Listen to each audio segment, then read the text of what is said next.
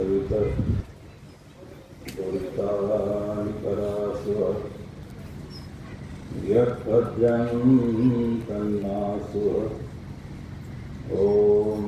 शांति शांति शांति।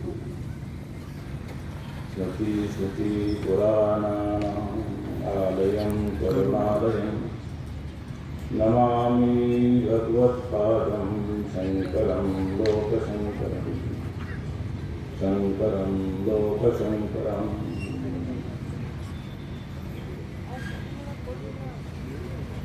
हम लोग और आप लोग जिनके निमित्त में यहाँ पर आए हुए हैं, ऐसे हमारे परम श्रद्धेय, परम आदरणीय, परम वंदनीय, जो आयु के साथ साथ में ज्ञान वृद्ध, तपोवृद्ध, अनेक प्रकार का अनुभव से युक्त हमारे परम श्रद्धेय शिवानंद भारती जी महाराज के कारण हम सब लोग यहाँ पर आए हुए हैं। इसी मंच पर महामंडलेश्वर स्वामी सूर्यानंद गुरु जी महाराज, महामंडलेश्वर स्वामी दिव्यानंद गुरु जी महाराज, अनेक अनेक विद्वत महापुरुष और आप सब लोग इतने देर तक यहाँ पर बैठ करके ज्ञान पिपासु, भक्तवृंद, जिज्ञासुवृंद, बड़ा सुंदर विषय है। भगवान स्वयं नारायण अर्जुन के प्रति कह रहे हैं कि मेरे 4 भक्त होते हैं, भक्तों के लक्षण बताकर। चतुर्विधा भजन्ते माम ये जना परिपासते। चतुर्विधा भजन्ते माम,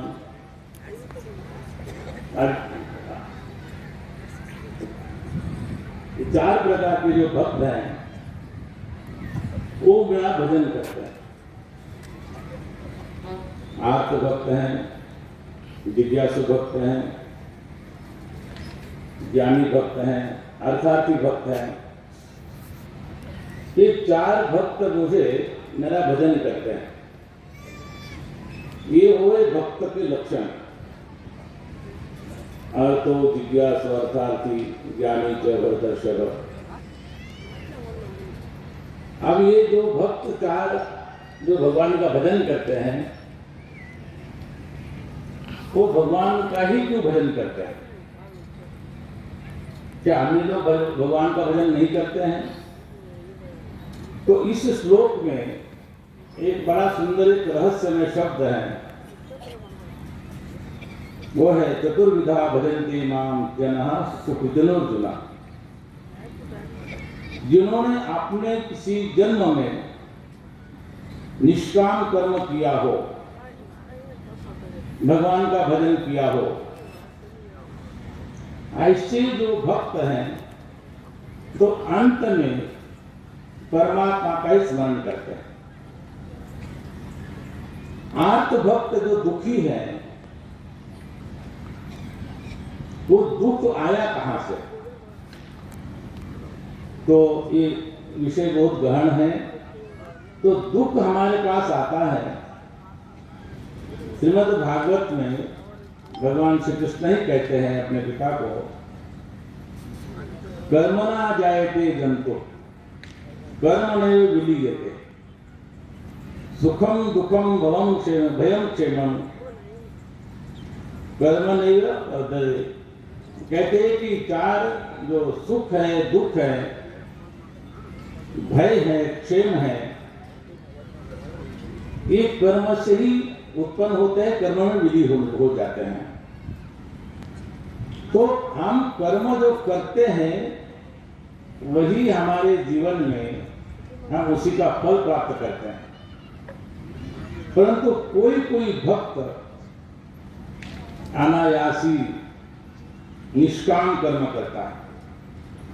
संसार के जितने लोग हैं तो प्रायः सकाम कर्म करते हैं।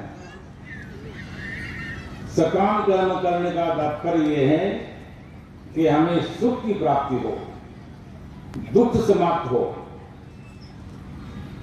और शास्त्र में तो एक एक आप श्लोक उठा के देखो, उसी में रहस्य भरा हुआ है। तो भगवान ने ये स्पष्ट रूप से कहा कि जो मेरा भजन करता है, ऐसे 4 भक्त हैं, उनके लक्षण बताए। और भगवान कोई क्यों भजन करते हैं, इसका तात्पर्य है कि जो जिन्होंने सुकृत किए हैं, जो अच्छे कर्म किए हैं। अच्छे कर्म का तात्पर्य है भगवत प्रीत्यर्थ, भगवान के संतुष्टि के लिए, भगवान के लिए जो हम कर्म करते हैं। आत्मा त्वं गिरिजामति, हम लोग कहते हैं कि हमारे आत्मा ही।